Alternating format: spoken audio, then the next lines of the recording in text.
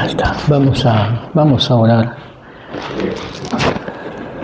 Esperando ya, posiblemente llega nuestra hermana y damos el examen. Oremos al Señor. Padre precioso, te damos gracias por esta nueva oportunidad que tenemos, Señor, de estar aquí reunidos para poder seguir estudiando, Señor, tu palabra, Padre. Reconocemos que sin ti nada somos, Señor. Ayúdanos a través del Espíritu Santo, Él sea nuestro Maestro, nuestro guía. Tu promesa es que, Señor, que Él nos guiaría a toda la verdad. Ilumínanos, Señor, danos entendimiento, abre los ojos de nuestro entendimiento, Señor, de tal manera que podamos cada día, Señor, entender tu palabra para poder explicarla, para poder aplicarla, Señor, a nuestra vida. Gracias, Señor, en el nombre de Jesús nos encomendamos en tus manos. Amén. Amén. Muy bien. Vamos a...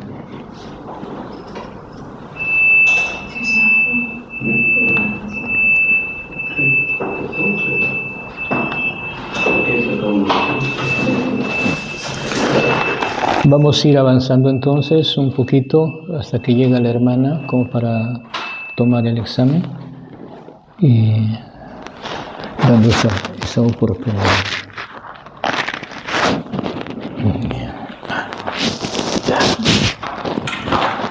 Listo. Ahí estamos. Muy bien. Recuerdan que esto ustedes lo tuvieron como una tarea, ¿no? Hemos hecho un resumen aquí para que lo tengamos, ahí también está en su manual, un breve resumen de lo que ustedes ya han investigado, ¿no? Acerca de los métodos de interpretación bíblica. Muy bien, entonces empezamos a manera de una introducción a hablar acerca de los métodos, diciendo que la interpretación correcta depende de varios elementos, ¿no? Y hemos visto que necesitamos requisitos espirituales, necesitamos requisitos personales, ¿no? Ser dóciles, tener el nuevo nacimiento y así, muchas cosas, ¿no? Un espíritu correcto al comenzar el estudio. Un punto muy importante en la interpretación también vimos que es la obra del Espíritu Santo en nuestra vida, ¿no? Pero también, además de esos diferentes requisitos o cualidades personales, espirituales, también es necesario también usar un método correcto, ¿no? Además de todos los requisitos que hemos estudiado, también vale para interpretar correctamente, tenemos también que usar el método correcto. Adelante, hermano, adelante. Pase. Muy bien. Entonces, pase, hermanita, pase. Dios le bendiga.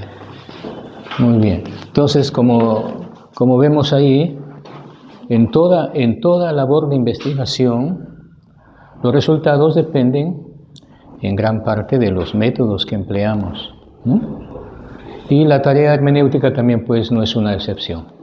Así que, según el método que utilicemos, vamos a ser bien intérpretes de la palabra del Señor. Estamos haciendo resumen de los métodos que ustedes investigaron, ¿ya? Muy bien.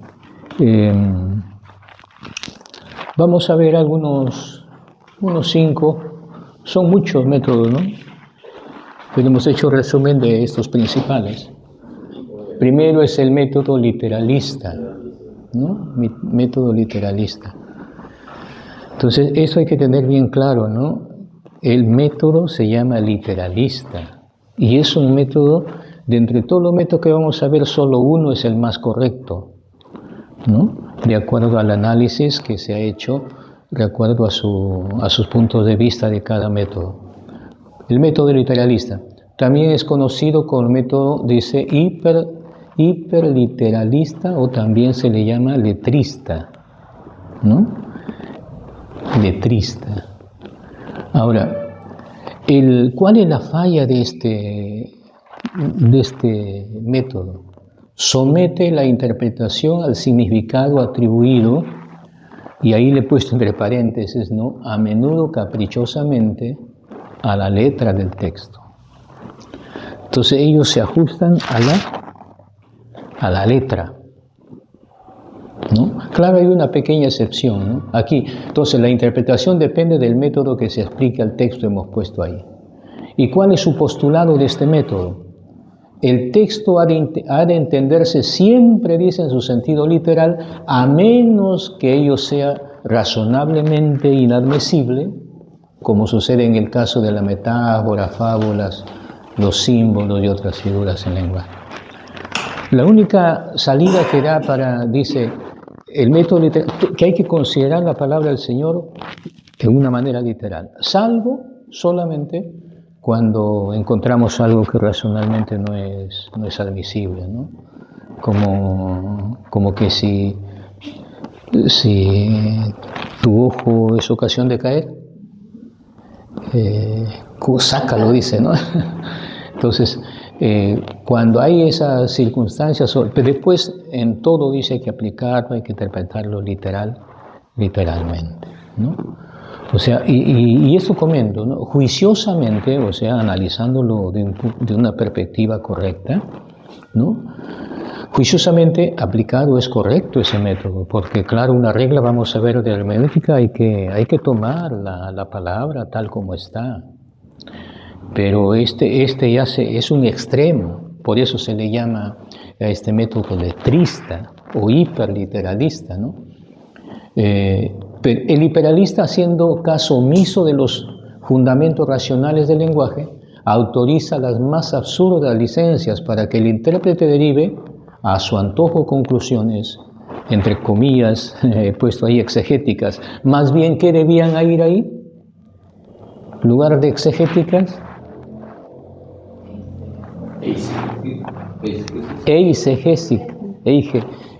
porque eisi es agregar, o sea, más bien este método a que el intérprete haga de acuerdo a lo que lee, no solamente en casos de extravagantes, nada más.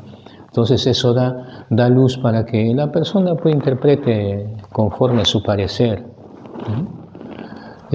Por eso una palabra lo interpreta una palabra o una sola letra, ¿no? A su antojo, sin tener presente a veces el contexto, el fondo histórico, ¿no?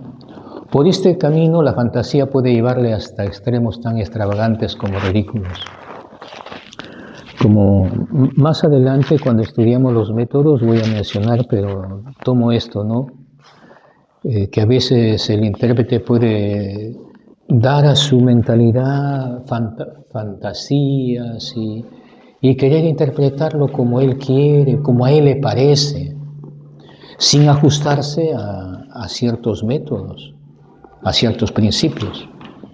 Por ejemplo, mire, yo escuché a una alumna de un seminario, llegué a una iglesia y le tocaba predicar a una alumna que se había graduado en el instituto. Y yo le escuché que interpretaba la parábola de las 100 ovejas. Fíjese, ¿y qué decía? En su explicación decía que las 100 ovejas eran 100 planetas y que la tierra era la oveja perdida. Ahora, eso es una interpretación fantasiosa, a ella le parece, pero eso no dice la Biblia, ¿no? A veces uno puede dar una aplicación claro. Entonces uno tiene que tener cuidado en eso, ¿no? De que no juegue nuestra mentalidad y nosotros podamos interpretar mal la palabra del Señor. Fíjese, entonces esta chica había caído en una exégesis, ¿no? Estaba interpretando de acuerdo a su punto de vista, a lo que a ella le parecía. Imaginémonos, por eso creo que al empezar le decía, la Biblia es el libro que a veces es más abusado, más perseguido por sus enemigos y a veces tergiversado por sus amigos, por los creyentes, ¿no? ¿Por qué? La causa es porque no se ajustan a métodos de de interpretación, ¿no? Muy bien. Seguimos acá. ¿Cuáles son las características de este método hiperliteratista o letrista, ¿no? Primero, énfasis en la letra. Se centra en el significado directo de las palabras, sin prestar mucha atención a figuras retóricas, contextos literarios o históricos, ¿no? Esta es una característica de este método. Tiene algunas excepciones limitadas, ¿no? Como le decía, algunas excepciones sí pone el cuando. Aunque reconoce algunas expresiones como figuras retóricas, tiende a restringir estas excepciones al mínimo, ¿no? Y otra característica pues, de este método que es que da interpretaciones erróneas, equivocadas, ¿no? Al ignorar el contexto, la intención original del autor, y eso es lo que hace la exégesis, ¿no? De averiguar primero cuál es la intención del autor original, cómo lo entendieron los primeros oyentes, ¿no? Analizar qué significaba la palabra, cómo se usaba en ese tiempo, ¿no? Todo eso hace la exégesis. Entonces, estas son las características del hiperliteralista, ¿no? Entonces, este método no es apropiado, ¿no? Por esas características, dan énfasis a la letra, excepciones limitadas, interpretaciones erróneas. Claro, porque si no se tiene en cuenta el contexto, no se tiene en cuenta el fondo histórico, las circunstancias, entonces se va a dar interpretaciones antojadizas. Bien, ejemplos. Vamos a ver unos ejemplos. Los literalistas hebreos sentían un profundo respeto hacia la escritura, que lo consideraban sagrada hasta en sus letras. Usted recuerda que los judíos el nombre Yahvé no lo ponían con las vocales, ¿no? Porque ellos hasta tenían temor de pronunciar ese nombre. O sea, era ya como una superstición. Pero por otro lado, mire, también otorgaron una importancia excesiva a la ley oral, o sea, a sus tradiciones. A veces la gente más se guía por las tradiciones que por la palabra de Dios. ¿Recuerdan cuando Jesús, hermanos, les reprende, les exhorta?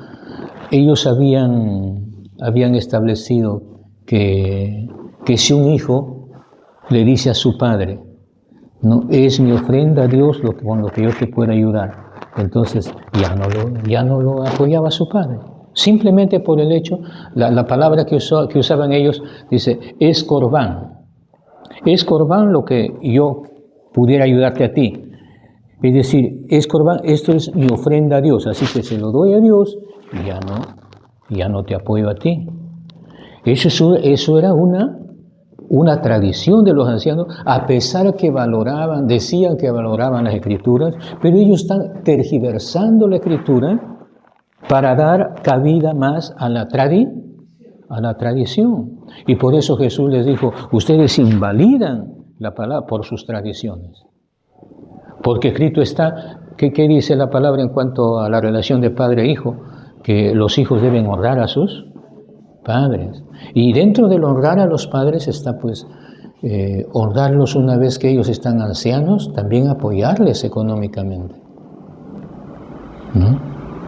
Les decía, a veces hoy está en moda que los crían a ellos y luego los hijos se casan y dicen, críalo a mis hijos. Y no se responsabilizan los hijos, sino la abuela.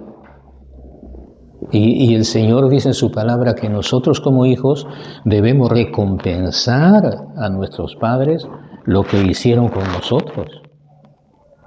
Amén. Muy bien, entonces ellos invalidaban la ley, ¿no? Por eso impedían, ¿no? Dice, otorgaron una importancia excesiva a la ley oral, lo llamaban ellos Mishnah, ¿no?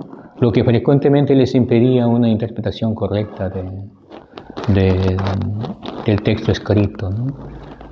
Bien, comentando el primer versículo del Salmo 130, fíjese también, dice que un judío interpretó eso cuando dice el Salmo de lo profundo, ¿no? Entonces, ¿cómo lo entendió este intérprete? Que para clamar a Dios, por ejemplo, yo debo estar en la zona más baja, más profunda de la tierra, meterme a un sótano, meterme ahí, eso significa lo profundo. Pero analizando, viendo, eso no es el significado.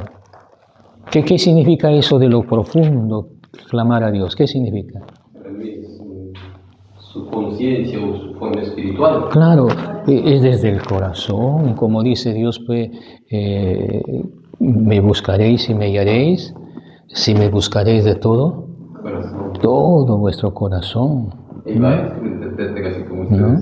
Sí, entonces hay error, y así interpretaban esto, ¿no? Leen un pasaje, no tienen conceptos de interpretación, leyes de interpretación, y se interpreta mal, ¿no?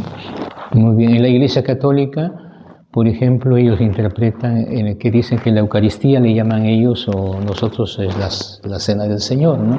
La Santa Cena. Ellos dicen que en el momento que el sacerdote bendice el pan, no bendice el vino, se convierte literalmente en la sangre y el cuerpo de Cristo. Eso le llaman la doctrina de la transubstanciación. Creer que comemos el cuerpo de Cristo y comemos la sangre de Cristo, ¿no? Literalmente. Y nosotros sabemos que eso es un símbolo. Nosotros practicamos la Cena del Señor como un símbolo. La Cena del Señor primeramente es una mirada atrás. Es decir, y el Señor lo dijo, Él quiere que recordemos, que no lo olvidemos. Dice, haced esto, ¿no? Y como está diciendo, háganlo recordar, recuérdenlo siempre. Entonces Jesús quiere que no olvidemos el costo de nuestra salvación, lo que le costó a Él. Entonces, en la Santa Cena, primeramente es una mirada al pasado. Recordar lo que Cristo, recordar el costo de mi salvación. Bien, entonces, son símbolos de lo que nosotros partimos el pan, pero no creemos que es el cuerpo de Cristo literalmente, ¿no? Una anécdota dice que una vez un sacristán salió desesperado, ¿no? Habían dejado por ahí guardados las hostias y los ratones lo habían comido. Salió triste anunciando, ya lo comieron los ratones al cuerpo de Cristo, ¿no? Al cuerpo de Cristo. No, nosotros entonces tomamos, eso es una interpretación, pues, y digamos, esto es hasta tenta de irracional, ¿no? Creer que simplemente que vamos a beber sangre, vamos a beber el cuerpo de Cristo, literalmente allí, no. Pero eso enseña la Iglesia Católica. Y esa doctrina, no olviden, se llama la doctrina de la transubstanciación, le llaman ellos. Muy bien. Críticas. ¿Cuáles son algunas críticas de este método? Se considera un método inadecuado para la interpretación de textos bíblicos complejos, que a menudo contiene lenguaje figurado, ¿no? Hay muchos pasajes de la Escritura que si lo interpretásemos literalmente, pues caeríamos en cosas absurdas, en cosas, digamos, también herejías, ¿no? Por ejemplo, a ver, vale dar una interpretación correcta, ¿no? Cuando dice, saca tu ojo, corta la mano también, o córtate el pie, ¿qué querrá decir? No sé, piedra de tropiezo para los demás. O si eso te hace pecar. Ajá. Sí, por ejemplo, yo se considero, si tu mano, por ejemplo, tratas o robas, esa mano, el ojo, el adulterio, ya sea mejor entrar en el cuerpo sin mano, y eso es una bonita. Claro, o sea, no es una interpretación literal, sino es algo simbólico. Claro. Por ejemplo, si tu ojo ¿qué hacemos con los ojos? Miramos. O sea, claro, si hay algo que tú estás mirando y está despertando en ti cosas negativas, pecar, entonces, si estás viendo una película negativa, tú tienes la capacidad, debes tener el valor de apagar, de cortar con eso. Eso significa sacar el ojo, o sea, ya no mirar eso. Si estás tocando algo, si estás escribiendo algo que está despertando en ti cosas negativas, pecado, no lo hagas, corta eso. Pies, si estás yendo a lugares que te están tentando, entonces corta con eso, ya no vayas, ¿no? Entonces eso es una interpretación, pero no es que nos cortemos literalmente, ¿no? Muy bien. Puede llevar a malentendidos y a la adopción de doctrinas erróneas. También eso lleva a un aspecto negativo, ¿no? Bien. Se considera, ¿qué más dice? Se considera que no toma en cuenta el contexto histórico, literario del texto, lo que puede llevar a conclusiones incorrectas. Ahora, en resumen, ¿qué entendemos? ¿Cómo resumimos? El método literalista, aunque busca una interpretación sencilla, aunque busque, ¿qué más? Puede ser problemático si no se tiene en cuenta el contexto y las diferentes formas de expresiones lingüísticas. Refiriendo a expresiones lingüísticas, podemos decir si es una figura, es una metáfora, una símil, ¿no? Es una alegoría. Yo tengo que... si es algo simbólico. Una persona, así una mamá, por ejemplo, que no hay que tener estudios y llega a leer eso y a su hijo le dice, no, si está robando, por ejemplo, no, la Biblia dice que te corta el mundo.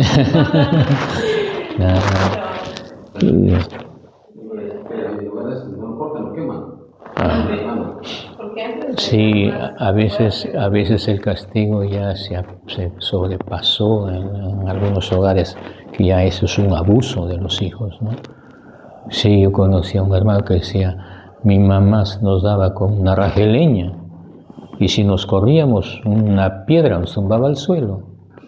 No, o sea, es un trato, ¿no? Mi abuelita sí trataba a sus hijos. Imagínate. Nos pegaba con esa corriente de corriente, lo que este gruesor de esa corriente. Yeah. Tremendo, me partió acá. Pero también si me pegaba una vez al año, quizás de las 500, no me pegaba cada rato, pero una vez que los cogí así ya. Mi abuelita me defendía, la viejita. O sea, la Biblia habla de la vara, ¿no? Claro. Alguien dijo que un consejo bien para los padres, nunca castigues a tus hijos con tu mano. Mejor elige una vara. ¿Por qué? Porque la mano debe ser para acariciar a tu hijo. Lo que se procura es que el hijo no tenga miedo al padre, sino tenga miedo al látigo, ¿no? Al padre debe amarlo. Incluso disciplinar a un hijo, como un padre le decía a su hijo, mira, has hecho lo malo. El hijo debe saber por qué se lo está castigando. No simplemente pegarle porque había una injusticia también que hacían los de antes, ¿no? Somos una familia. El hermano hizo algo malo, no llovía a todos. Sí. Ese era a veces en los hogares antiguos. No le caía solamente al que hizo lo malo, le llovía a todos los hermanos, les daban. No, y eso es injusticia, y a veces eso cría rebeldía en los demás. El muchacho inconscientemente a lo mejor no te dice nada, pero muy dentro está, ¿y por qué a mí si yo no hice nada? ¿No? Entonces es muy importante el padre que le decía, mira, este hijo, con su látigo, ¿no? a mí me duele más castigarte, hijo, pero mira lo que has hecho. Pero quiero que sepas que a mí me duele más. Aunque el niño también, como recibía una correcta, decía, sí, papá, pero no en el mismo sitio, ¿no? No en el mismo sitio. Muy bien. Entonces, la disciplina incluso es aconsejada por el Señor. El que desde temprano corrige a su hijo, pues, si no, más tarde lo va a avergonzar. Y eso, mire, te cuento que una vez estábamos unos pastores allí frente a la iglesia, había acabado una reunión, y llega un niñito, hermano, así, muchachito, hijo del pastor. Papá, quiero un sublime, dame dinero, una gaseosa. Y él no le hacía, papá. Y de repente el muchacho, ¡pum!, en las espinillas una patada. Papá, te estoy hablando. Oiga, hermano, y gritando y... Pues esa es una mala crianza. Pastor, a mí me pasó algo. Por ejemplo, estábamos con mi esposo y yo, a mi hijo no lo hemos castigado, pero eso va a ser que fue por marzo, por ahí. Y mi niño, nos fuimos a comer a una juguería y ella no quiso comer. Y entonces mi esposo le dice, come. Le digo, termina. No, y agarra, ¿qué es lo que hizo? Se corrió para allá y pidió ayuda. ¡Ayuda! Y nosotros no lo castigamos. Y entonces le dije, David, ven. Mi esposo me dice, vámonos. Le digo, pero no conmigo, ¿no? Y entonces otra vez él se enojó y nos ayuda y nos hizo quedar en vergüenza. Porque se nos escorría. Él quería correr a la gente. Y mi esposo sí se molestó, pues, y me dijo, no. Le digo, David, compórtate, porque, o sea, nosotros nunca le habíamos pegado. Y ahí nos hizo quedar mal, porque la gente, todos nos miraron, dijeron, ese niño pueden tomarlo como abuso. Abuso, ¿no? Y entonces yo llegué a la casa y mi esposo sí, ahí dijo, hoy sí le doy. Hoy sí le doy. Llegar, le dijo David, yo le hablaba del camino, pues, ¿no? Y llegamos a la casa y mi suegro no dejó que lo pegara. Lo abrazó y ya pues se aconsejaron nosotros. Pero yo sí lo hablé después a él, pero no le pegamos. Porque mire, alguien dijo esto, es una verdad muy profunda, ¿no? De que hay una disciplina preventiva y la disciplina correctiva. Incluso yo cuando digo a los padres, nadie tiene derecho de dar una disciplina correctiva sin antes dar una disciplina preventiva. ¿Qué tenemos como disciplina preventiva? Por ejemplo, la instrucción, la enseñanza. Decirle, mira, esto no debes hacer, porque si tú lo vas a hacer, te vamos a disciplinar. O sea, el niño, y cuando dice, mira, va a ver, hay niños que dicen que cuando él sabe que lo están castigando, cuando él se da cuenta que ha hecho lo malo, o sea, él va a seguir amando a sus padres. Pero cuando se lo castiga sin saber, por simplemente molestarse, o a veces hay ese error, ¿no? Que a veces tienen problemas los esposos y bien el papá o la mamá desjuegan con los hijos, ¿no? Y eso se da en la familia, ¿no? Y eso no debe ser así, ¿no? Luis Palau comenta, bueno, ya está en la presencia de Luis Palau. Él una vez hablando a los pastores dijo, ¿no?, sobre esto de la disciplina de los hijos. Dice que él una vez llegó en su campaña, ¿no? Llegó y dice que lo vio salir. Cuando él llegó, dice que llegó y encontró, hermano, dice que llegó y vio de su oficina salir a su hijo más pequeño. Salió corriendo. Y él entró a su oficina y le ve sus libros todos desordenados por el suelo, todo. Entonces dice, yo me enojé por eso. Y yo cogí a mi hijo que lo vi saliendo y lo discipliné.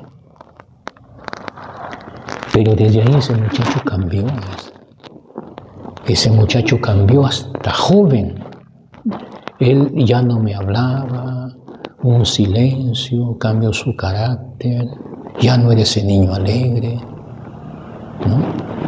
Y a los 16 años lo llama Luis Palau, hijo, ¿qué te pasa? ¿Por qué eres aquí? Y ahí orando, ¿no? Y le dijo, papá, mire cómo llevaba esa herida, ¿no? ¿Te acuerdas cuando una noche tú llegaste de una campaña y entraste, tú viste tus libros y me pegaste? Yo no había sido mi hermano mayor, sino que él se salió más rápido, apenas se sintió. Imagínense. Entonces ahí es palabra, le pidió perdón a su hijo, ¿no? Perdón porque había cometido un error y había creado en él una herida, un resentimiento que lo guardó por años, imagínense, por una injusticia de los padres. Por eso sí es verdad que muchas veces nosotros tenemos que pedirle perdón a nuestros hijos cuando reconocemos que hemos fallado. No decir, no, yo soy padre, ¿por qué voy a pedir perdón? No. Entonces así se sana el corazón de un niño, ¿no? Y fíjese, y a veces se puede dar esas cosas pues en la vida, ¿no? Sí. Después el castigo, sí, la Biblia consiente en el muchacho, la vara, la necedad, dice, está en el muchacho, y la vara lo alejará de ella, ¿no? El que no corrige a su hijo de temprano, dice, lo aborrece. Es decir, pues, lo está dejando que viva, y ese joven va a fracasar, ¿no?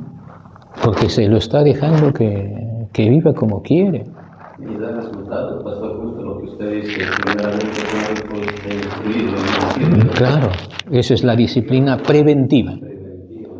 Y yo, por ejemplo, mis hijitos, ahora me llama la atención, vienen a la iglesia, no respeto nada, los niños caminan, que a mí me da pena la iglesia, y berrinchosos. Yo digo, ¿cómo puede ser? Y mis hijos no, y mis hijos eso les decía mi hijito, lo enseñaba a decir, es casa de Dios, vamos a ir, tú te sientas a mi ladito, tampoco te vayas a mover, alaba a Dios, así lo enseñaba, y así se educaron, así crecieron.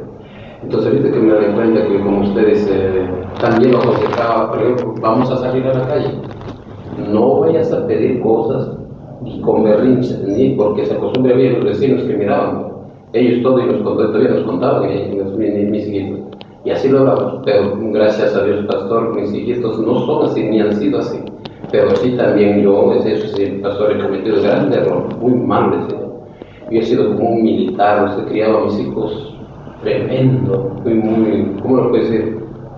Como un ejemplo, le decía a su mamita, nunca lo miren mal a la hora de comer o cualquier cosa. Si veía que alguna vez en la comida lo hacía una mueca, así, me veía mal, hermano, agarrados. Dos cachetadas, una cachetada, no me tienes derecho a mirar a tu mamá así. Eso sí, ahora que estoy así con mis hijos jóvenes y veo que uno me ha fallado, ahí me doy cuenta, pastor. Y yo le he pedido perdón y a ver, puede ser eso, hijito, porque mi esposa también conversamos, porque a lo mejor he sido muy estricto, muy duro, he sido yo. Con mi hijo mayor. En eso hay una experiencia también que leí. ¿Qué necesidad tenemos de la sabiduría?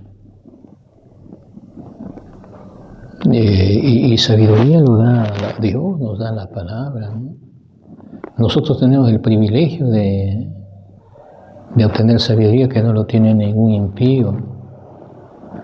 Creo que le he dicho, ustedes no saben, no hay universidad que saque sabios. No hay ni un centro educativo que saque, me gradué de sabio. No. ¿Qué es la sabiduría?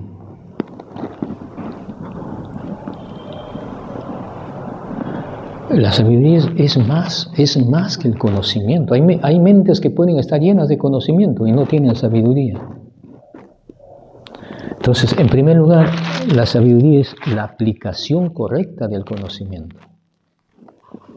Y hay una definición muy bonita de sabiduría. Dice, sabiduría es saber qué hacer frente a una circunstancia, saber cómo hacerlo y hacerlo de la manera más conveniente. Esa es sabiduría. ¿Recuerdan la sabiduría de Salomón cuando dos madres, mi hijo, no, es mi hijo, mi hijo? Y viene la sabiduría. Pues tú dices, traigan una espada. Vamos a dar la mitad cada uno. Y mire cómo dice la Biblia después. la verdadera madre. La que no era madre, ¿qué dijo? ¿Para qué? Ni para ti ni para mí, faltan. Pero dice que la que era madre se conmovió sus entrañas, ¿no? Y dijo, no, denme a ella. Mire esa sabiduría para reconocer quién era la verdadera madre. Por eso, por ejemplo, en este caso de los padres, hermano, ¿no? Como dice, a ver, hay un desayuno servido, la mamá se esforzó, rico, preparó todo. Todos están comiendo y el niño llega último, se sienta ahí y hace un berrinche, ¿no? No quiero, está feo, no me gusta, ¿cuándo? A ver, ¿qué soluciones podemos dar? Hay un montón de soluciones. Sabiduría es saber escoger la mejor, la forma más correcta. Por ejemplo, el padre podría tomar un cincho, castigar, pero eso prácticamente arruina el desayuno. Nada, ya no hay esa paz, ya no hay. Se arruinó por falta de sabiduría. Otro puede decirle, bueno, si no quieres, pues no comas y vete a tu cuarto. ¿Pero sería la mejor solución también? Y como ese hermano dice, este padre acostumbraba, por eso la educación, la prevención es muy útil. Dice que él siempre les decía que debemos permitir que Cristo reine en nuestro corazón, que no reine en nosotros, no reine el mal, Cristo. Entonces, y el padre rapidito, no examinando, ¿qué hago? ¿Puedo hacer esto? ¿Puedo hacer esto? Y simplemente, sabiamente le preguntó, hijito, ¿quién está reinando en este momento en tu corazón? Y mire, el niño fue consciente, dice que todavía enojado, dijo, el diablo está en mi corazón. Imagínense. Entonces el padre dijo, hijito, pero ¿quieres que siga reinando el diablo en tu corazón? No, papá, no quiero. Mejor que reine Jesús. Y se soluciona el problema. Por eso sabiduría es saber qué hacer frente a una circunstancia, saber cómo hacerlo y saberlo hacerlo en el momento más oportuno. Porque muchos son sabios después que pasó el hecho, ya, pero ¿de qué valía? Ya nos lamentamos, si no lo hubiera hecho así, ¿no? Pero no, sabiduría es a saber hacer lo que es correcto, pues, en ese momento, ¿no? Entonces, por eso el sabio Salomón dice, sabiduría ante todo, adquiere sabiduría y sobre toda tu posesión adquiere inteligencia. Yo fui único, delicado delante de mi padre y él me enseñaba y me decía, sabiduría, adquiere sabiduría ante todo. Entonces, es muy importante y sabe, si usted quiere ser sabio, la sabiduría que recibió Salomón lo escribió en Proverbios. Proverbios son consejos sabios. Hay un escritor que dice, ¿cuántos meses dura en el vientre de un niño? 9. Proverbios tiene 31 capítulos, diseñado como para un mes. Si tú leyeses 9 meses ese libro, se formaría en ti, se encarnaría en ti la sabiduría. Porque ahí hay principios sabios, hermano. Por ejemplo, si llega el esposo enojado, amargo está y sin saber ahí, ¿qué debe hacer la esposa? La carne, pues, ahí una lucha, ¿no? Una lucha ahí. No, que se ha creído, que viene, ¿no? Y la carne dice, no, responde igual, no te dejes, ¿no? Pero el sabio Salomón dice, la blanda respuesta quita la ira. Pero ¿es fácil? No es fácil. Pero la sabiduría es actuar, y como alguien dijo, a veces ganamos perdiendo. Por ejemplo, ganamos una paz, ganamos una tranquilidad, a lo mejor perdiendo el orgullo propio, ¿no? Perdiendo eso, aunque es doloroso, ¿no? Duele.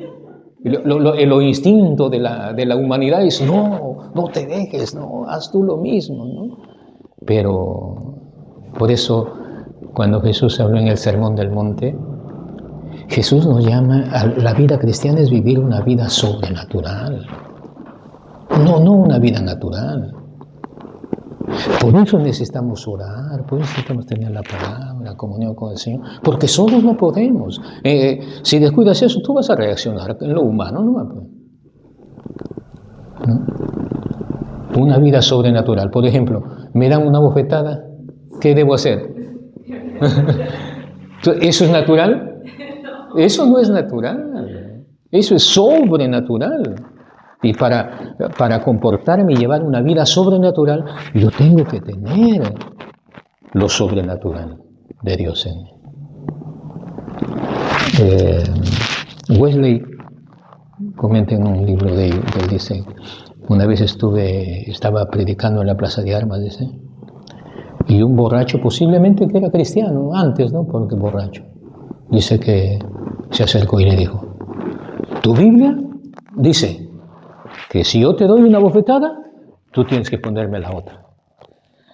¿Estás de acuerdo a obedecer a tu libro? ¿Qué diría usted? Él dijo, Juan Güey le dijo, yo no puedo. Pero si mi Dios lo dice, estoy dispuesto a obedecerle. Así que, golpéame. Y mire, hermanos, en su biografía dice que él se alistó con el puño y el momento de querer darle el puñete a Juan Güell se quedó su mano tiesa, inmóvil. ¿No? Y yo siempre digo a veces cuando hablo de esto, digo, a veces Dios te librará y a veces Dios permitirá que te den. Sí, a veces Dios permitirá que te den. ¿No? Y yo también, para si lo creo esa palabra, y así muchas veces en iglesia sí les decía, así dice la Biblia, y yo, porque esté como yo lo tomo es así, no sé, estará bien, cuando esté en el Espíritu y lleno del poder de Dios, y alguien que me vea darme, por supuesto que sí lo doy la otra, pero si no estoy en el Espíritu, que se atenga. Claro. Mire, yo les cuento una experiencia, ¿no? Cuando estaba casi recién convertido. A mí me gustaba hacer ejercicio con mis tíos, entrenábamos en box, ahí en la vida mundana, ¿no? Y yo llegaba temprano a la iglesia, pues no abría, me paraba. Tenía mis 17, 18 años, pues, ¿no? En toda mi juventud. Y llegaron muchachos borrachos, ¿no? Ahí a burlarse, yo con mi Biblia, y me rodearon ahí. Y uno más atrevido, pues, se venía a desafiarme a los golpes, pues, ¿no? Y los otros lo animaban, sí, que dale. Y se venía, pues, a darme golpes, pues, ¿no? Y yo nuevo, hermano. Yo entre mí decía, ¿qué este borracho? Dios, este borracho de uno solo, ¿no? Pero mira, a pesar que estaba nuevo, y me dio uno, pues, me tiró una bofetada. ¿Sabe lo que dije yo en ese momento? Señor, que no me dé otra, porque no sé si, ¿no? Oiga, pero eso fue suficiente. Como Dios honra, ¿no? Porque, y si hizo eso y como que sucedió algo, toditos se fueron. ¿No? Se fueron ahí, claro, nadie se quedó. O sea, Dios honra, pues, y como dice, no te dejará ser tentado más de lo que puedas soportar, no más de lo que puedas resistir. Sí. Muy bien. Otro método muy importante es el método alegórico, ¿no? El método alegórico. Los que usan este método consideran que toda la Biblia fue escrita con una serie de alegorías. Hay alegorías en la Biblia, es una figura literaria, ¿sí? ¿No? Y acá describo lo que es una alegoría. Hay que diferenciar. Una cosa es una alegoría, y otra cosa es el método alegórico. La alegoría es correcta, Pero el método alegórico quiere hacerlo toda la Biblia quiere hacerlo alegoría ya. Y eso ya es incorrecto, ¿no? Por eso, los que usan este método consideran que toda la Biblia fue escrita como una especie de alegorías, ¿no? El método alegórico dice tratar de encontrar en todo término un significado simbólico, o sea, buscar qué significa, y a veces en esa búsqueda le damos nuestra propia interpretación sin ajustarnos a métodos de interpretación, ¿no? Pero primero definamos la alegoría. La alegoría es una figura mediante la cual una cosa representa o simboliza a otra distinta, ¿no? Una alegoría. La alegoría entre Sara y, ¿cómo se llamaba la otra esposa de Abraham?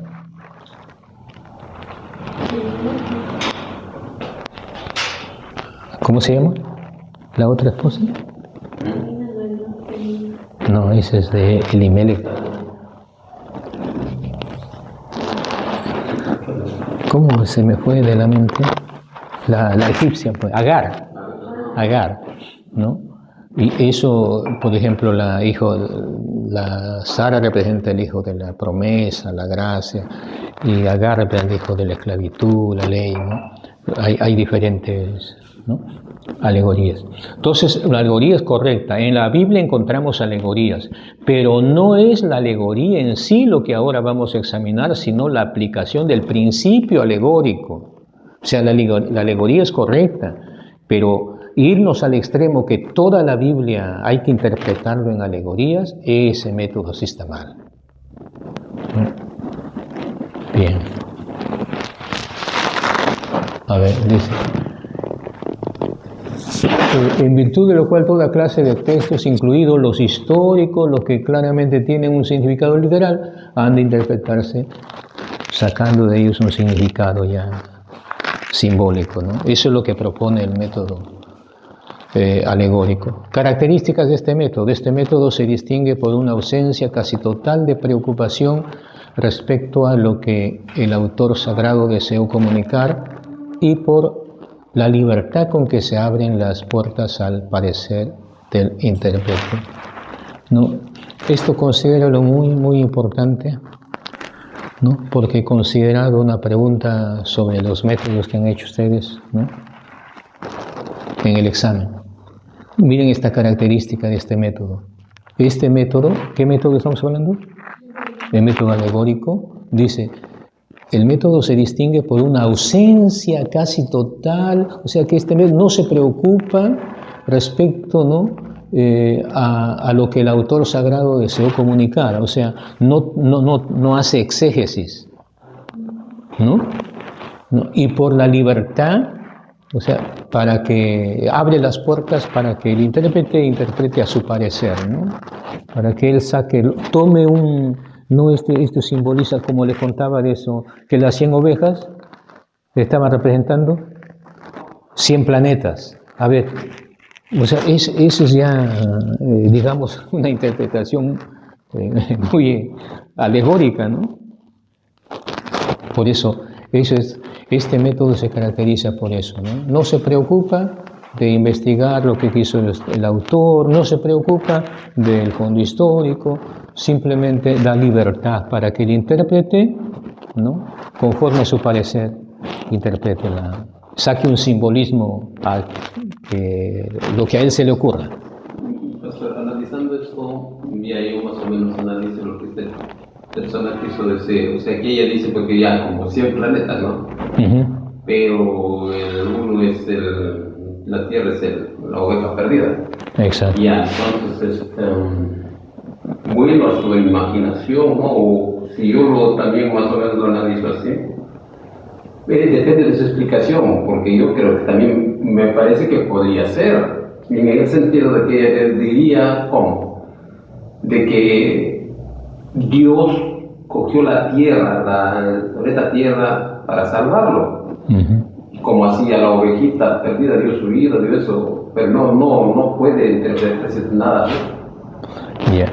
Bien, en el contexto estudiando el contexto, Jesús claramente se refiere al mundo perdido,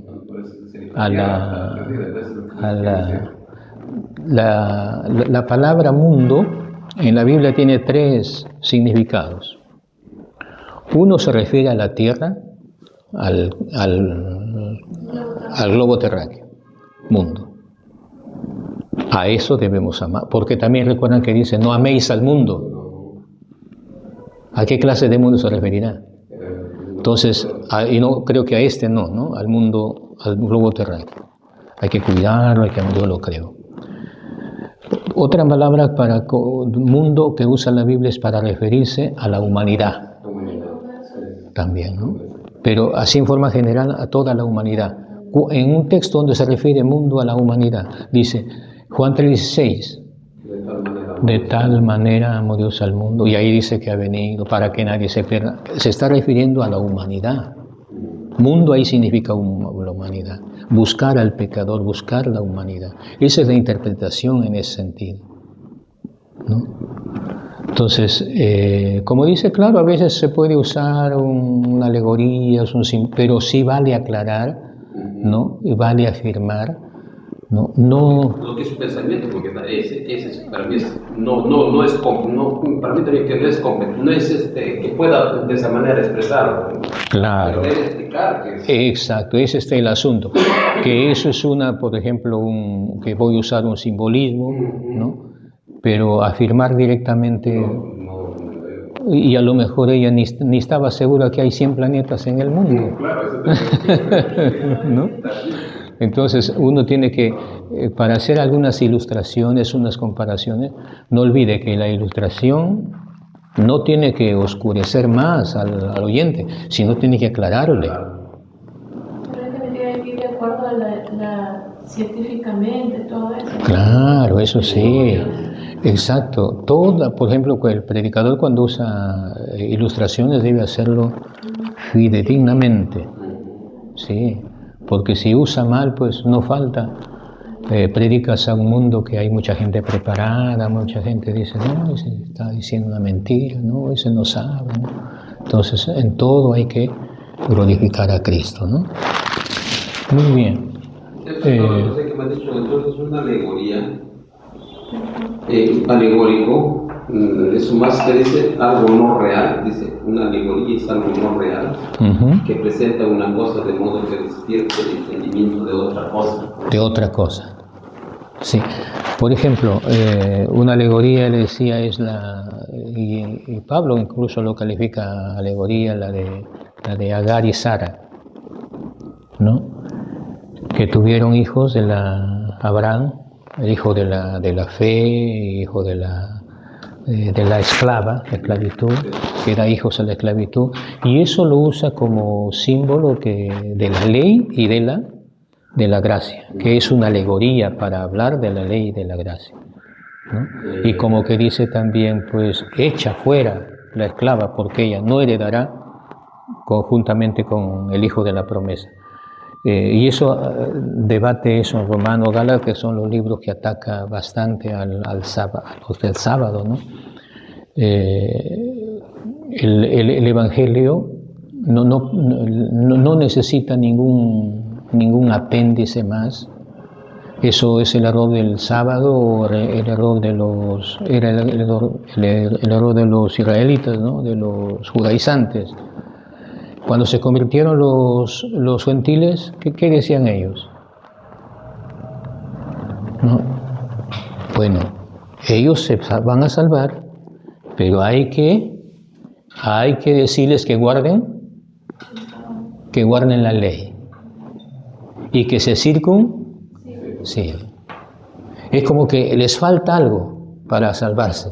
No es suficiente la salvación en Cristo, es necesario que guarden. Y no, Pablo dice no, el que acepta a Cristo es salvo, no necesita circuncidarse, ¿no?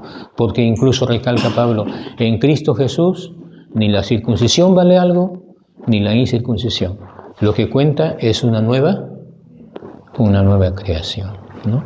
Como dice el hermano, para hacer un resumen, hay algunos ejemplos, algunas ilustraciones que yo quiero hacerlo, ¿no? Sabiamente, explicando, aclarando, ¿no? Que esto lo comparo a esto, ¿no? Y la comparación tiene que ir de la mano, pues, ¿no? Que tiene que ajustarse a esa comparación. No olvide que toda comparación, porque eso es una ilustración, y la ilustración debe traer luz a algo, porque si la ilustración confunde, entonces ya no es ilustración. Por ejemplo, la ilustración se compara con las ventanas, es una comparación de la ilustración. ¿Cuál es la función de la ventana? Luz y ventilación. Y eso debe ser en un sermón. Las ilustraciones, las comparaciones deben dar luz, deben dar ventilación, como que más claridad para que se entienda el mensaje. Por eso no, claro, lo contrario es confusión, pues, ¿no? Toda ilustración debe servir para aclarar, para interpretar correctamente la palabra del Señor. ¿Sí? Muy bien, entonces no olviden, este método se distingue por la ausencia casi total, no se preocupa respecto a lo que quiso decir el autor, lo que él se preocupa, ¿no? de abrir las puertas a lo que el intérprete piensa, ¿no? ¿Está clarito, pastor? ¿No está eso ahí? No. Método alegórico, ejemplo, nada más de ser. Este método se distingue, sí está.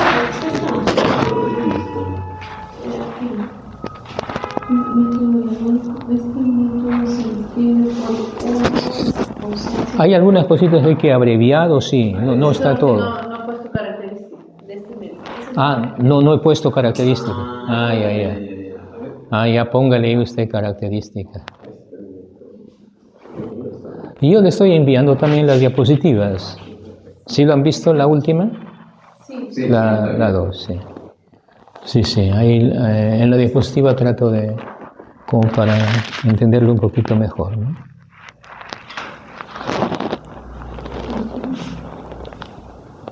Mire, en este método, miren esto, lo que importa no es lo que el autor quiso expresar, sino lo que el intérprete quiere decir. ¿Eso estará bien? Lo que importa no es lo que el autor quiso expresar, sino lo que el intérprete quiere decir. ¿Será correcto eso? Lo que importa no es lo que el autor quiso expresar. O sea, eso dice el método alegórico. Y eso está mal, pues, ¿no? Ya sabemos que lo que importa es lo que quiere decir el autor original. Eso es el exégesis, claro. No lo que quiera decir, ese sí hay exégesis, claro. En otras palabras, no extrae el significado legítimo del lenguaje del autor, sino que introduce en él todo, y eso ya es exégesis, ¿no? Capricho, la fantasía. Ejemplos. Para los intérpretes de este método, a ver, Daniel busca nunca, mire cómo ellos interpretan, todo lo interpretan de una manera alegórica, le dan otro significado, ¿no? Un significado que muchas veces no se ajusta a la realidad del contexto, ¿no? Mire, por ejemplo, para los intérpretes de este método, dice que Daniel nunca estuvo en el foso de los leones. No, la Biblia lo dice. Sí. Claro, sino que se encontró preso por tentaciones y debilidades comunes. O sea, ¿cómo está interpretando los leones? Como preso. Como sus debilidades, sus tentaciones. A eso dice que, o sea, los leones, dice, no eran leones reales, sino que estaban representando las debilidades, las tentaciones de Daniel. Pero que Daniel, así como no lo comieron los leones, él salió victorioso frente a esas tentaciones, ¿no? Pero en el contexto es distinto. Claro, en el contexto se ve ahí que lo metieron como un castigo, ¿no? Que querían prácticamente matarlo, destruirlo. Pero le dan una aplicación simbólica. Y eso, ¿de dónde ha nacido? De la mente del intérprete, ¿no? Eso es lo que trata de hacer este método. ¿Sí estamos entendiendo? Claro, por eso es este curso. Bien, estas son presentadas en la historia como los leones, o sea, sus debilidades, ellos dicen que ellos son los leones, ¿no? Por medio de la fe Daniel salió ileso, sus enemigos, sin embargo, cayeron víctimas de esas mismas tentaciones, ¿no? La lección que se encuentra en la historia es esta, que solo aquel que tiene fe en Dios puede salir triunfante sobre las dificultades de la vida. O sea, es lo que ellos enseñan, la alegoría, ¿no? Tomando, o sea, casi, como vamos a ver más adelante, es un poquito del método racional. No aceptan lo sobrenatural. Y como no aceptan lo sobrenatural, pues buscan una interpretación, ¿no? Otro ejemplo es la historia de los primeros padres en el Edén. El método alegórico toma la historia del árbol del conocimiento del bien y mal, dice como si fueran, o los califica como las relaciones sexuales, que ese fue el fruto prohibido, ¿no? Lo interpretan así. Pero eso no es correcto, ¿no? Es que a veces, afirmar eso es como que se está afirmando que el sexo es algo sucio, algo negativo, ¿no? Y algunos tienen esa idea, pero Dios, hermano, ha creado el sexo. Claro, el sexo el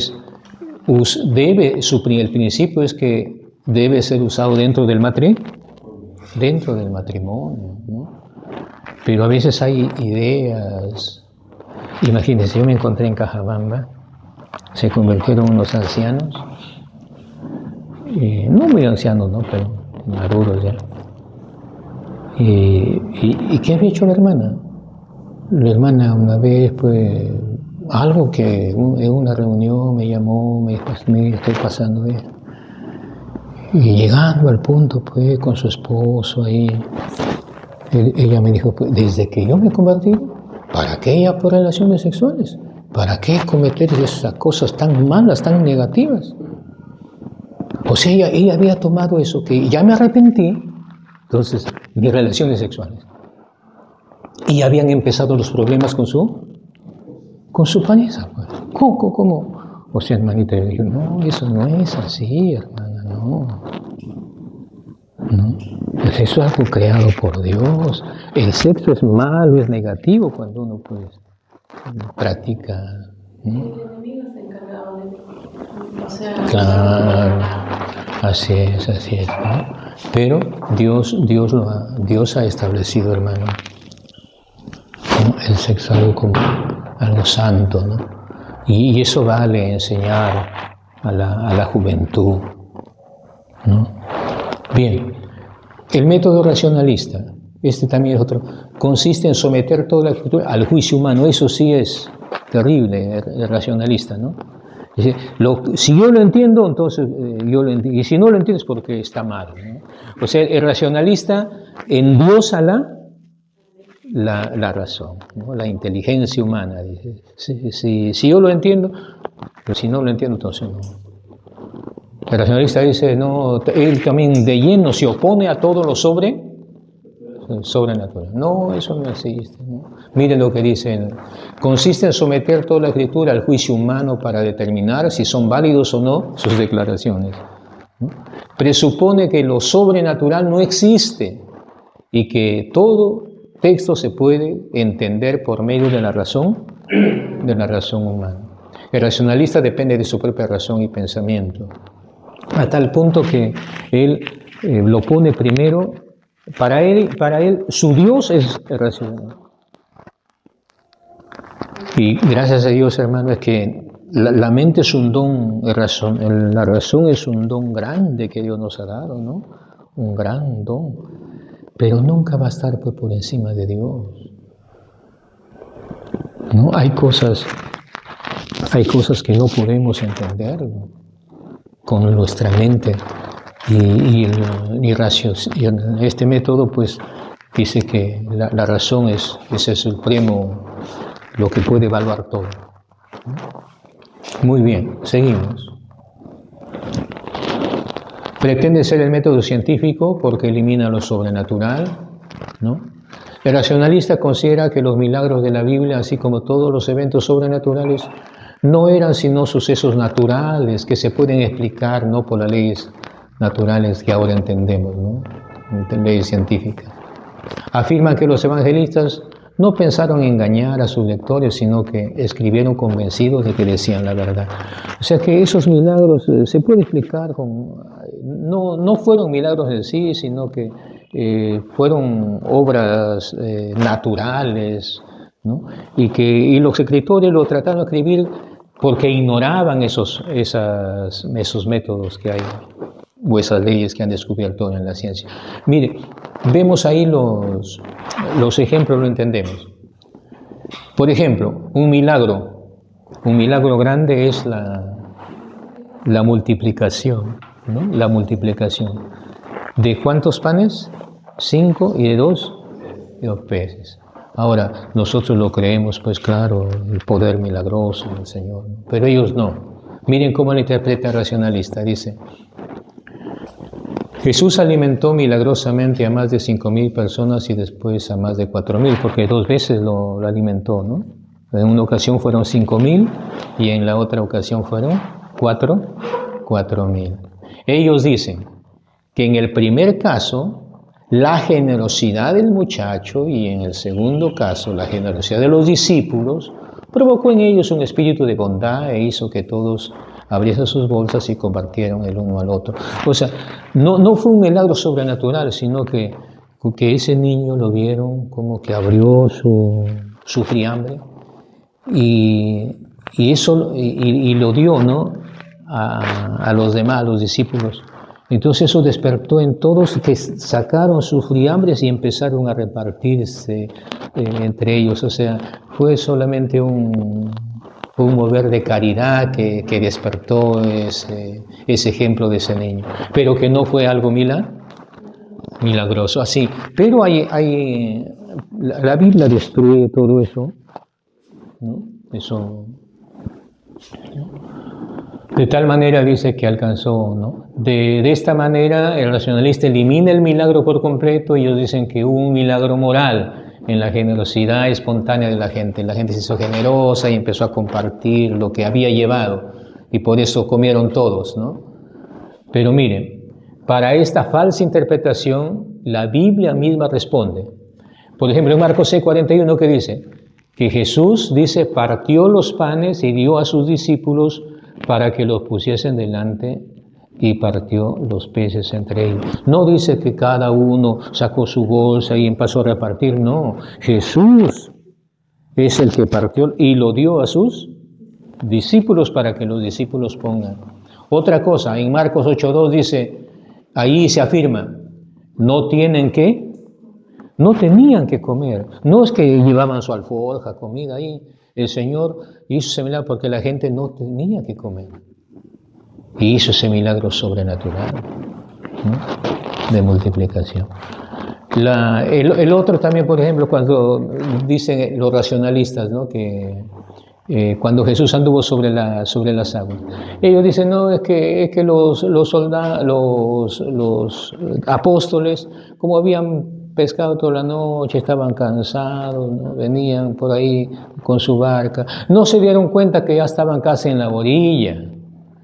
Y no es que Jesús caminó sobre las aguas, sino que Jesús caminó en la arena, pues, ¿no? Ahí a la orilla, porque ellos no se dieron cuenta que estaban ya en la orilla y por eso calificaron que Jesús andaba sobre el agua, ¿no? O sea, mire, estas son interpretaciones racionales que lo explican. ¿Para qué? Para eliminar lo sobrenatural. Pero ya sabemos, hermanos, por ejemplo, a ver, veamos. Dice, de noche esta aparición de Jesús les pareció milagrosa, dicen ellos, cuando en realidad dicen que Jesús no andaba sobre las aguas, sino en la tierra, era la orilla, por eso se veía que caminaba, ¿no? Bien.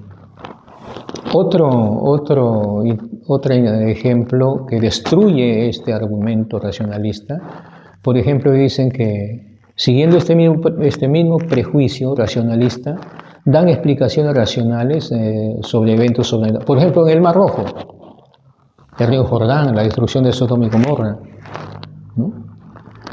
Por ejemplo, en el cruce del Mar Rojo, la explicación de que el nivel del agua era bajo no es suficiente, ya que no explica cómo se ahogaron entonces los egipcios. Entonces ellos piensan, no, que ellos pasaron porque en realidad el agua se había retirado del mar y estaba bajita y por eso pasaban, no es que... Pero el argumento bíblico ahí recalca que cuando quisieron hacer lo mismo los egipcios, ¿qué pasó?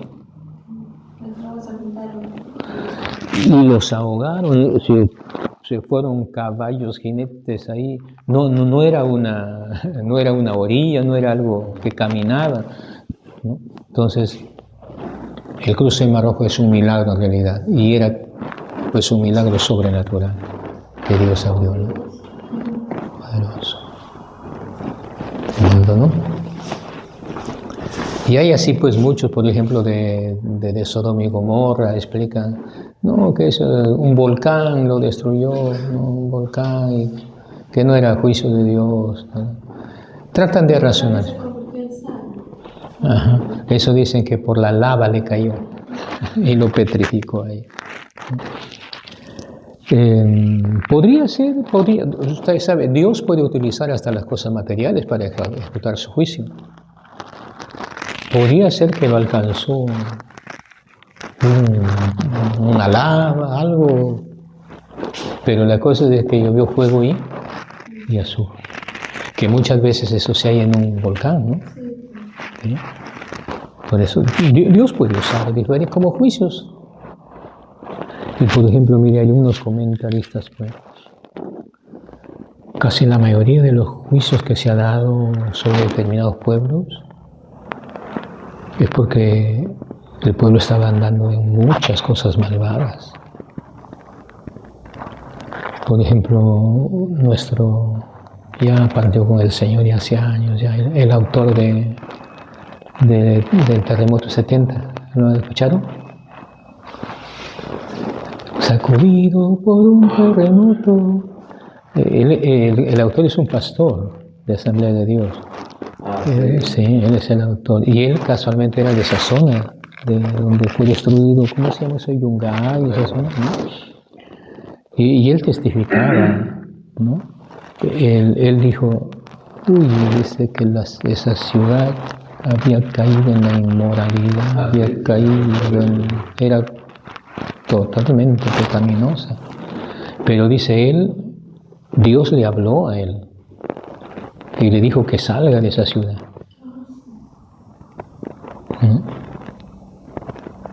Y él se vino acá a Trujillo, profesora era él.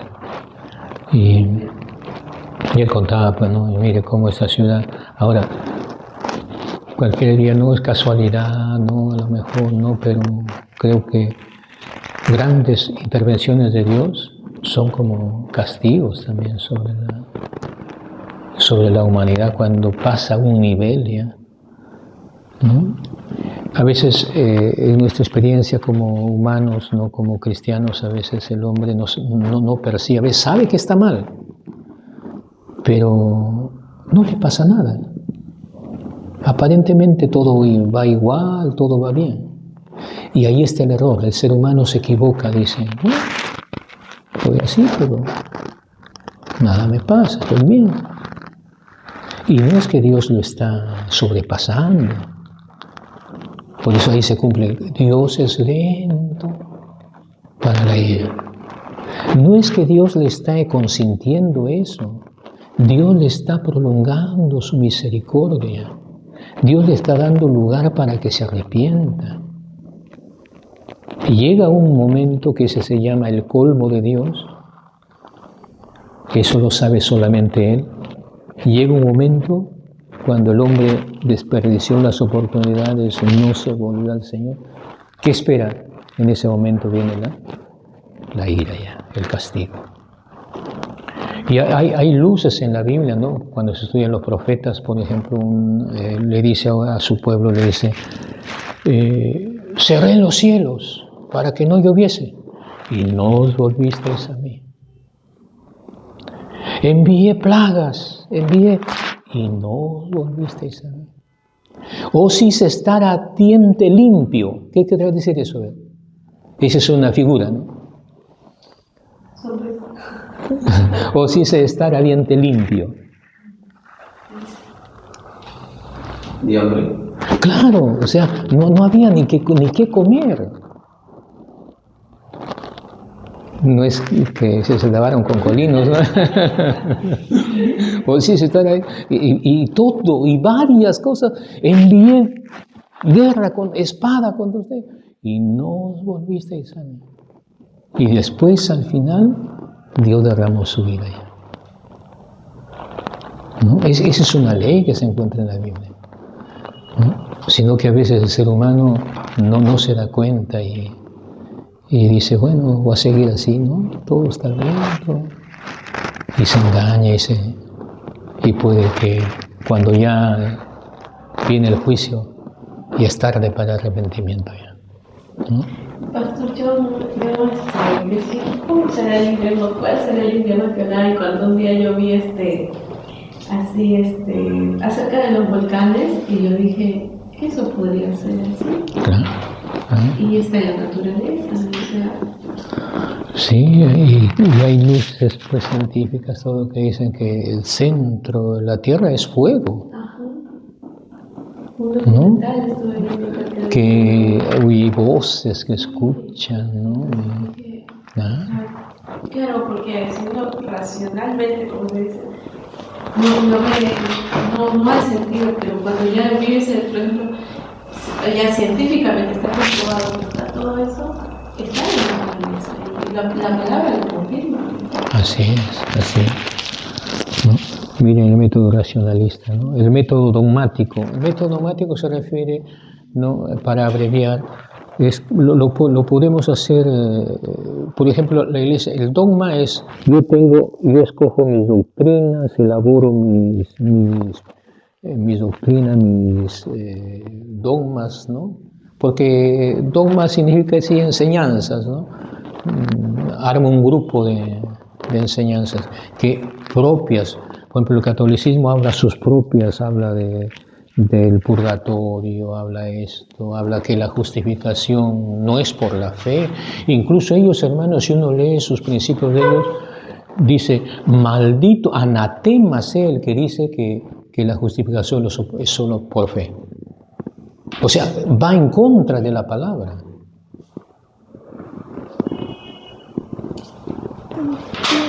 Tiene dogmas, por ejemplo, de la adoración de los santos, todo eso, ¿no?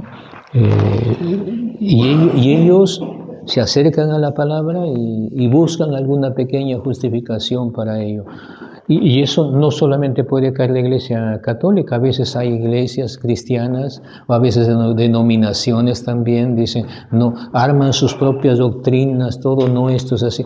Y el error es que arman ellos primero su parecer, lo que ellos parecen, lo que ellos planifican, y luego solamente van a buscar un apoyo en las escrituras para justificarlo, ¿no? Entonces, eso es un dogma que por eso se llama dogmáticos, ¿no? Esto creo, y esté bien o esté mal, lo apoye la Biblia o no, tú tienes que hacerlo, ¿no? Ese es un dogma ya, una interpretación humana y que se hace a veces hasta una ley en un cierto grupo de personas, ¿no?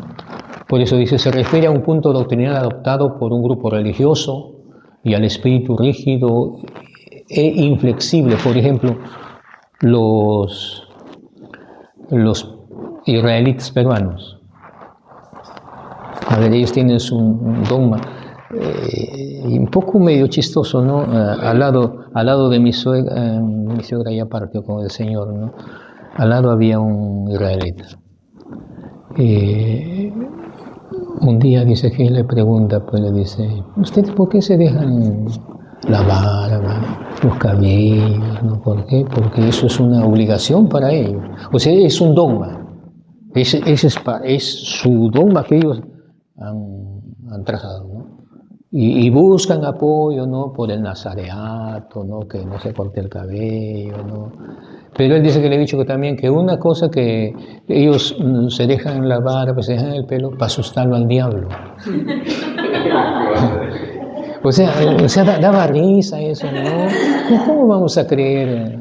¿Cómo vas a creer eso, no? Mire, yo les comento con los hermanos, ¿no? Que cuando yo me arrepentí en la primera vez que vino Yeye Ávila, yo entregué mi vida a Cristo, jovencito, el año 78, la primera vez que vino Yeye Ávila. Y fui a una iglesia, me visitó, y bueno, llegaron unos hermanos que oraban, ¿no? Y yo, muchacho, joven, pues, ¿no? Y una vez dice, vamos a orar por hay una casa ahí que está endemoniada, todo ahí, vamos. Y siguiendo a un hermano nuevo, pues, no conocía la palabra, nada. Y cuando dice, saquen todos sus cinchos. ¿Qué digo? Sí, vamos a cinchar la casa para sacarlo al diablo. Y yo, hermano, por vergüenza, porque todos se sacaban, pues. Y yo de que de vergüenza, digo, ¿qué? Sacar la correa. Y los hermanos, pues hinchazo todas las paredes. Mire, hermano, hasta qué extremo se llega por falta de un conocimiento doctrinal. Yo después, ya que conocía, decía que pues, el diablo estaría mirándonos, riéndose ahí. Es un espíritu, ¿qué lo vamos a sacar con cincho? ¿No? Y si está ahí todavía, pastor. Sí, ¿no? Sí, cadenas, usan cadenas, dicen que con cadenas la caen. Imagínense. Yo una vez, mi hijito chiquito lloraba mucho y mi suegro subió arriba con una correa, dice que estaba que lo reprendía al día. Y yo cuando me contaron yo me veía porque fíjense que todavía se nueva también. Como una mamá también tenía su hijo, era evangélica ella, ¿no? De su hija borracha, su hijo.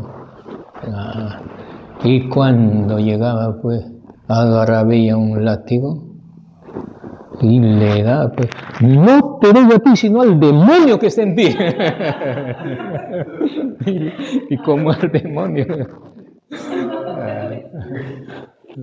Entonces, mire, esos son los dogmas, ¿no? Que a veces puede surgir el catolicismo y a veces dogmas que están internos, que son como tradiciones y se siguen eso, ¿no? Entonces, eso también no es interpretar este error dogmático, es totalmente equivocado, ¿no? Por ejemplo, la Iglesia Católica dice, el intérprete siempre debe tener, mire, ellos para defender sus dogmas, dice, el intérprete siempre debe tener a la vista lo que la Iglesia determinó sobre la interpretación de las Sagradas Escrituras. Y eso lo dice un católico, Luis Macchi, ¿no? En nociones de la Sagrada Hermenéutica, pero a nivel católico. Fíjese decir que el intérprete debe tener a la vista lo que la Iglesia ha determinado. O sea, no la Biblia, sino los dogmas que ha tenido su Iglesia. Otra cosa dice, que ninguno se atreva a interpretar contra el sentido que ha dado la Santa Madre Iglesia. Y así, ¿no? El Concilio de Trento dice eso, hay declaración. Sí, pues, claro. Por eso no, a veces ahí en la ventana, pues somos católicos, no deseamos nada, ¿no? Esos son artimañas que impiden que la verdad llegue, ¿no? En una palabra, este método consiste en aceptar lo que la Iglesia de uno haya declarado sobre alguna doctrina. Y qué bueno que si se basa en la Biblia está bien, toda iglesia debe fundamentarse en la Biblia. La cosa está cuando ya no está en la palabra y ellos ya de su propia mente sacan un dogma que a ellos les parece, ¿no? Como eso de la barba, como eso del cincho y cuántas cosas. Yo con el transcurso de este tiempo y como veo tantas discusiones de las mismas iglesias, yo estaba pensando en eso, pues lo que usted está diciendo, cada uno, no, sino que el cincho. Ya. cada iglesia tiene su dogma. Por ejemplo, Sí. las asambleas, pastor, usted que el tiempo también que tiene no se ha dado cuenta, Sí. Otras iglesias gracias a Dios, no hay tradiciones, esos arreglos, porque eso mi experiencia siempre es en su doctrina, dicen que es eso, no bueno. Pero nosotros los pentecostales hay un montón de cosas sobre la vestimenta, por ejemplo, ahorita la pastora que está diciendo, ¿usted de las asambleas? Sí. Ya. Porque la pastora de ahora, que nos está diciendo que no se va a evangelismo, lleva su botella de aceite, no nos dijo vamos a hacer evangelismo, llevamos nuestra botella de aceite y regar por allá y por acá, eso yo soy quintero. A ver, ¿usted qué quería pasar sobre eso? Porque eso no lo veo bien. Bueno, la Biblia autoriza la unción a los enfermos. A los enfermos. La pastora nos había indicado para evangelismo está como un símbolo, ¿no? No, como ponen para los bienvenidos, pero siempre ahí ponían un mantel con aceite, y entonces todos los que van a evangelizar se ponen, los pisan ahí, y ya como que no dice ahí una palabra, todo lo que pisar en tu pie ya será tomado, ¿no? Y entonces todos los que van a evangelizar pisan ahí y se van, pero es como un símbolo, dijo, ¿no? Que ellos... Ya, mire, una cosa, un principio general, un principio general de esto es que de nuestras experiencias nunca se hace una doctrina, porque las experiencias muchas veces no tienen una base bíblica exacta, ¿no? Y a veces ese es el error. Por ejemplo, usted recibe el Espíritu Santo de una manera y usted va a decir, no, tú tienes que recibirlo así como yo. Y no es así, hermano. Dios obra de diferentes maneras. O sea, el ideal es de tus experiencias no hagas doctrina. La doctrina es la Biblia, esa es la pura doctrina y en esa debemos movernos. Porque ¿cuándo habrá unidad? ¿Cuándo habrá, digamos, una buena unidad de la iglesia? No, si cada uno hace lo que le parece, nos vamos a dividir. Pero si todos hacemos lo que la Biblia dice, eso nos va a unir. La verdad nos une. ¿No se está escuchando a Pastora Dina Santa María? Ya. También hablan de la sal, el pacto de la sal, ¿no? Miren, hermano, hay en el Antiguo Testamento se menciona algo de ese pacto de la sal, ¿no? Pero lo ideal en este tiempo, nosotros dice que estamos sobre un mejor pacto, y casualmente Hebreos habla. Todo es mejor en el Nuevo Testamento, ¿no? Entonces, ¿cuál es el pacto último que nosotros estamos? El pacto basado en la sangre de Cristo. Dios hizo muchos pactos con el ser humano. Pacto de Abraham, pacto con Adán, pacto con David, ¿no? Con el último, el que precedió es el pacto de la ley, ¿no? Ahora, hoy estamos en la dispensación de la gracia, ¿no? Hoy es el pacto, el mejor pacto lo llama Hebreos, y ese pacto está basado en la sangre de Cristo, ¿no? Por eso, ustedes fórmense doctrina de la palabra del Señor, porque a veces las costumbres, a veces llama la atención, ¿no? Y a veces queremos hacer eso, ¿no? Pero lo fundamental es el respaldo bíblico, y por lo menos para que una cosa sea doctrina debe estar basada casi en la mayoría de la Biblia. El error es que a veces tomamos un versículo y queremos hacer un dogma, una doctrina, y eso es totalmente equivocado.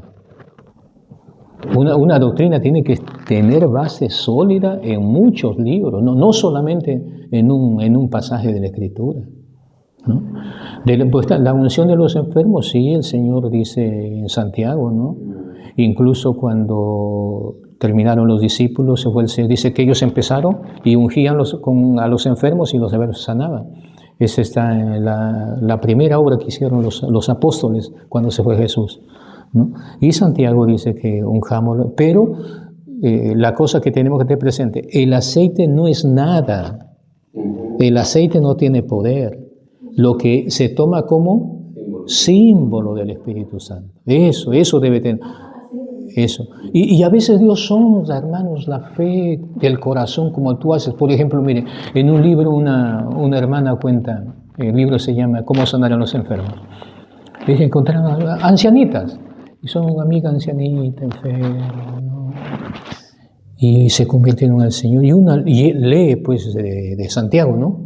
Ungiéndole con aceite, en el nombre del Señor.